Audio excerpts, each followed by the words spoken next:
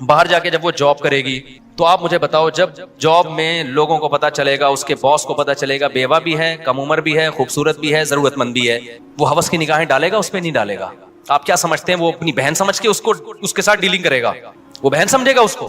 کتنی ضرورت مند خواتین ہیں، لڑکیاں ہیں جنہوں نے جاب کی ہے، آپ کے سامنے اپنے دل کا راز تھوڑی آگے بتائیں گی وہ تو ہمیں آگے بتاتی ہیں کہ ہمارا باس ہمارے ساتھ کر کے آ رہا ہے، کہتی ہیں ہم اپنے باپ کو نہیں بتا سکتے کیونکہ ابا جاب سے ہٹوا لے گا ہمیں، ریپ ہو رہے ہیں ان کی عزتوں سے کھیلا جا رہا ہے۔ پھر بعض تو ایسے ہوتے ہیں کہ ان کو بھی چسکا لگ جاتا ہے گناہ کا، یار یہ پیسہ کمانے کا آسان راستہ ہے۔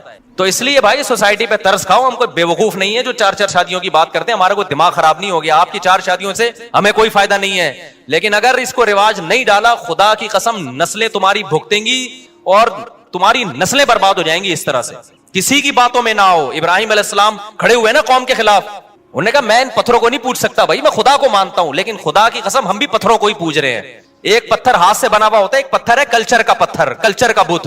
ہم خدا کو چھوڑ کے اس کلچر کے بت کی عبادت کر رہے ہیں۔ کلچر کو اٹھا کے پھینک دو، ہمیں اللہ نے اسلام دیا ہے۔ دیکھو یورپ میں جب تباہی آئی ہے نا، پہلی جنگ عظیم، دوسری جنگ عظیم میں مرد مر گئے تھے ان کے، عورتیں بہت، مرد مارکیٹ سے کیا ہو گئے شارٹ، ان کے پاس کوئی حل نہیں تھا اس کا، تو انہوں نے عورتوں کو زنا پہ لگا دیا۔ ہمارے پاس تو حل ہے بھائی، ہمارے پاس، ان کے پاس تو حل نہیں تھا نا، وہ کس سے پوچھتے؟ پادریوں نے کہا 1 سے زیادہ شادی ہو نہیں سکتی، حالانکہ تورات انجیل میں ایسا نہیں تھا، تورات انجیل میں تو 4 سے بھی زیادہ ہو سکتی تھی، لیکن انہوں نے تحریف شدہ دین کلچر کو فالو کیا، پوری سوسائٹی کا بیڑا غرق ہو گیا۔ اب وہ چاہتے ہیں کہ ہمارا میرج سسٹم بحال ہو جائے، اب نہیں ہو سکتا بحال۔ ہمیں تو یار اللہ نے اسلام دیا ہے، آپ اگر دوسری کر رہے ہو، بیوہ کو سہارا دے رہے ہو، طلاق یافتہ کو سہارا دے رہے ہو، کوئی روکتا ہے کہ ہمارے سوسائٹی اجازت دیتی ہے؟ آپ بولے سوسائٹی کا ہی تیل لینے یار، خدا ہے میں کلمہ پڑھتا ہوں، مجھے خدا نے اجازت دی ہے، کسی میں دم ہے تو روک کے دکھائے۔ تو ایسے واقعات میں رو رہا ہوں، ان لڑکیوں کی آڈیو آ رہی ہے، رو رہی ہیں، چیخو پکار، زندگی برباد ہو گئی، کوئی پوچھنے والا نہیں ہے۔ تو آپ دیکھو کوئی واقعی نہیں ہے۔ اب ایسا نہیں ہو سکتا کہ ایسی لڑکی جو 30 سال میں بیوہ ہوئی، اس کی 3 بچیاں بھی ہیں، کل میرے پاس کوئی بندہ آ جائے میری شادی کرا دو، میں اٹھا کے اس کے حوالے کر دوں، آگے کیا ہوگا بھائی اس کی بیٹیوں کا؟ ایسی لڑکیوں کے لیے سب سے پہلا جو ان کے لیے جو آپشن ہوتا ہے نا، وہ ان کے رشتہ داروں کا ہوتا ہے، دیور کا ہوتا ہے، جیٹھ کا ہوتا ہے۔ سب سے پہلا آپشن یہ ہوتا ہے کہ وہ سہارا دیں ان کو، وہ نہیں دے سکتے ان کے کزن دیں، اپنے خاندان میں رہے تاکہ بچے اپنے خاندان سے باہر نہ جائیں۔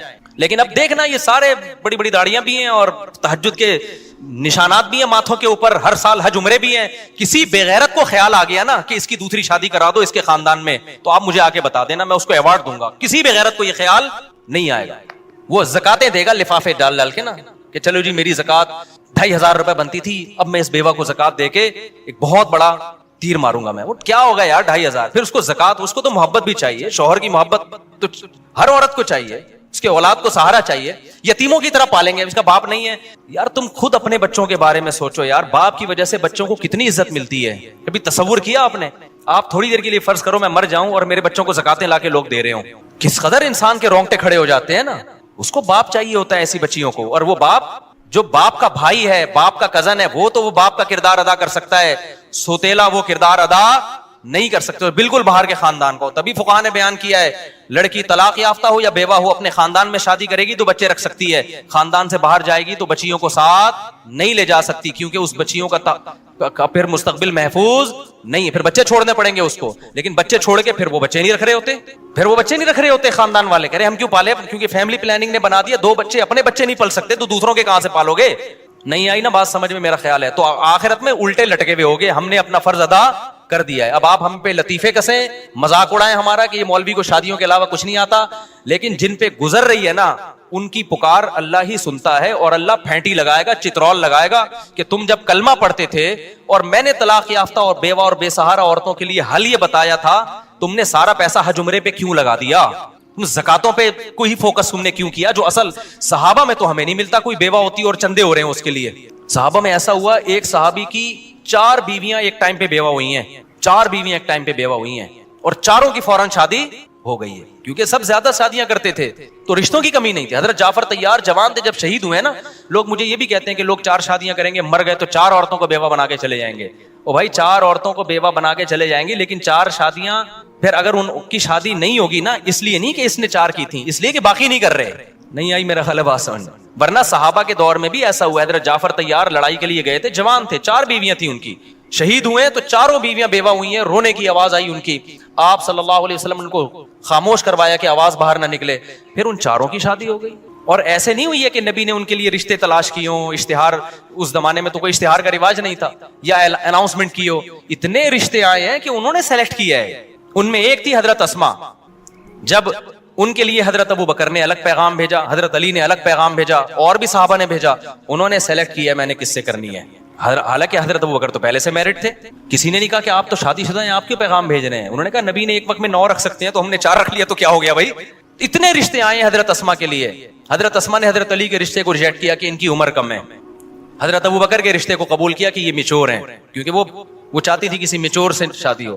حضرت ابو بکر کا نکاح ہو گیا ان سے, زندگی بڑی اچھی. پہلے حضرت ابو بکر کے نکاح میں پہلے سے بھی بیوی موجود تھی, ایک اور ہو گئی. جب حضرت ابو بکر کا انتقال ہوا تو پھر حضرت علی نے دوبارہ پیغام بھیج دیا. اس وقت حضرت فاطمہ کا شاید انتقال ہو چکا تھا میرا خیال ہے. حضرت علی نے دوبارہ پیغام بھیجا تو انہوں نے قبول کر لیا, کیونکہ اب حضرت علی بھی کیا ہو گئے تھے, دوبارہ بھی شادی ہو رہی ہے, 2 3 دفعہ بیوہ ہو کے شادی ہو رہی ہے. حضرت خدیجہ کی جو 40 سال میں شادی ہوئی ہے اور نبی 25 سال کے تھے, تو آپ کیا سمجھتے ہیں حضرت خدیجہ کو رشتے نہیں مل رہے تھے؟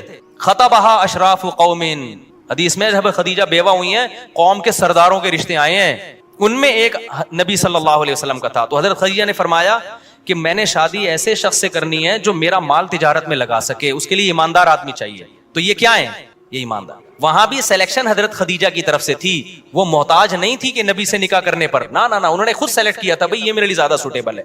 تو کوئی اخباروں میں اشتہار دینے کا رواج نہیں تھا, کوئی بیواؤں کے لیے, بیٹیوں کے لیے بھیک مانگنے کا رواج. تو باپ جو ہے نا اپنی کنواری بیٹیوں کے لیے بھیک مانگتے ہوئے نظر آتے ہیں کہ یار ان کی کہیں ان کو ٹکا دو کہیں.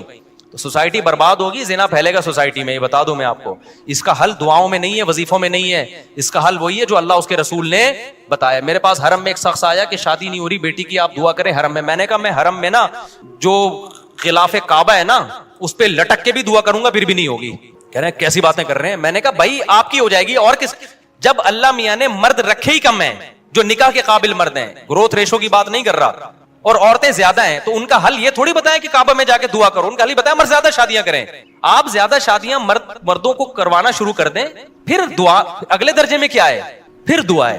آپ رزق کا انتظام تو کرو نا, اسباب تو اختیار کرو, پھر دعا مانگو اللہ مجھے رزق نہیں مل رہا تو دے. دعا قبول ہوتی ہے اسباب اختیار کرنے کے بعد. مرد ہے نہیں, نکاح کر نہیں رہے, اور آپ کہہ رہے ہو کہ اپنے بیٹے کو شادی کرنے نہیں دیتے اور بیٹی کے لیے کہہ رہے ہو کہ رشتے ہی نہیں ہے, تو دعائیں مانگ رہے ہو جا کے, تو خود اپنے آپ کو بیوقوف بنا رہے ہو بھائی. ہوتا ہے کہ نہیں ہوتا؟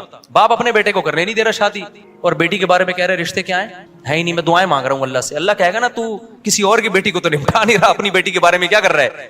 تو دوسرا بھی یہی کر رہا ہے کہ وہ اپنے بیٹے کو نہیں کرنے دے رہا. تو اسباب اختیار جب تک نہیں کرو گے معاملہ حل نہیں ہوگا. تو میں اس میں بہت سینسیٹیو ہوں, میں نے حالات دیکھے ہیں, سمجھ رہے ہو, جو حالات میں نے بوڑھوں کے دیکھے ہیں, برین ہیمریج سے مرتے ہوئے دیکھے ہیں. ہم اسی سوسائٹی میں پیدا ہوئے ہیں بھائی, کوئی مریخ سے آئے ہوئے لوگ نہیں, اپنے ریلیٹیوز میں دیکھے ہیں, اور اب بھی نظر آ رہے ہیں آئے دن. میں نے تو فون سننے چھوڑ دی اسی وجہ سے یار, ڈپریشن کا مریض بنتا ہے آدمی. اتنی لڑکیاں ہیں, اتنی عورتیں جو جن کی چیخو پکار ہے نا, جتنے ماں باپ ہیں. ایک دفعہ میں گیا کسی کے گھر, اس بوڑھے پہ مجھے اتنا رونا آ رہا تھا. اس کی بچی جوان طلاق آ کے گھر بیٹھ گئی. وہ بوڑھا آدمی نے پورا نا ایک کمرہ جہیز سے جمع کیا ہوا ہے, مجھے دکھایا یار مفتی صاحب اس بچی کی شادی کرا دو. پورا یار اس کا کباڑ کھانا بنا ہوا تھا بیچارے کا. وہ غریب نے اپنا نا جوڑ کے, لوگ کہتے ہیں نا جہیز کی وجہ سے شادی نہیں ہو رہی, جہیز نہ ہونے, اس کا پورا کمرہ ہے, وہ کباڑ اس لیے کہہ رہا ہوں کہ پرانا ہو گیا تھا.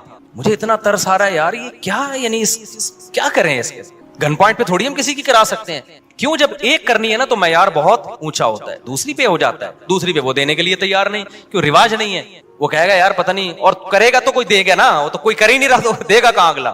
اور جو کرنے کی سوچتا ہے نا اس کا معیار اتنا اونچا ہے, اف کہہ رہے ایک تو میں دوسری کر رہا ہوں اتنی ٹینشن میں, طلاق یافتہ سے کر لوں. اس کو معیار یہ ہے کہ اس کو کوئی بالی ووڈ کی ایکٹریس چاہیے, اس کو ثنا خان چاہیے اس کو, یا اس جیسی کوئی. سمجھتے ہو کہ نہیں سمجھتے؟ ایسا نہیں ہوتا میرے بھائی, ایسا نہیں ہوتا. تو اللہ کے لیے کام شروع کر لو, سوسائٹی کو اٹھا کے کیا کرو, ایسے کی تیسے, اچھی نیت سے کرو.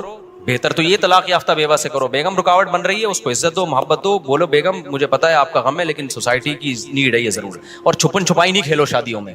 ٹھیک ہے زنا سے تو بچ جاتا ہے آدمی چھپ کے شادی کرنے میں, لیکن خاندانی آدمی وہی ہوتا ہے یار, ہے تو ہے ایسی کی تیسی یار, اس کے بھی وہی حقوق ہیں جو اس کے حقوق ہیں. یہ چھپن چھپائیوں والے معاملے نہ زیادہ عرصہ چلتے ہیں. بیویوں کو جب لٹکا کے چھوڑ دیتے ہیں اس میں, کچھ دن کے بعد جب دل بھر گیا تو بوجھ لگنے لگتی ہے, اس کو نکالنے کے چکر میں ہوتا ہے. یہ غیر خاندانی لوگوں کی حرکتیں ہوتی ہیں. خاندانی آدمی کہتا ہے جب میں نے شادی کی ہے تو ایسی کی تیسی, میرے قتلے بنا کے مار دو, مجھے بھگتے سے جو ہے نا سری پائے میرے الگ کر دو.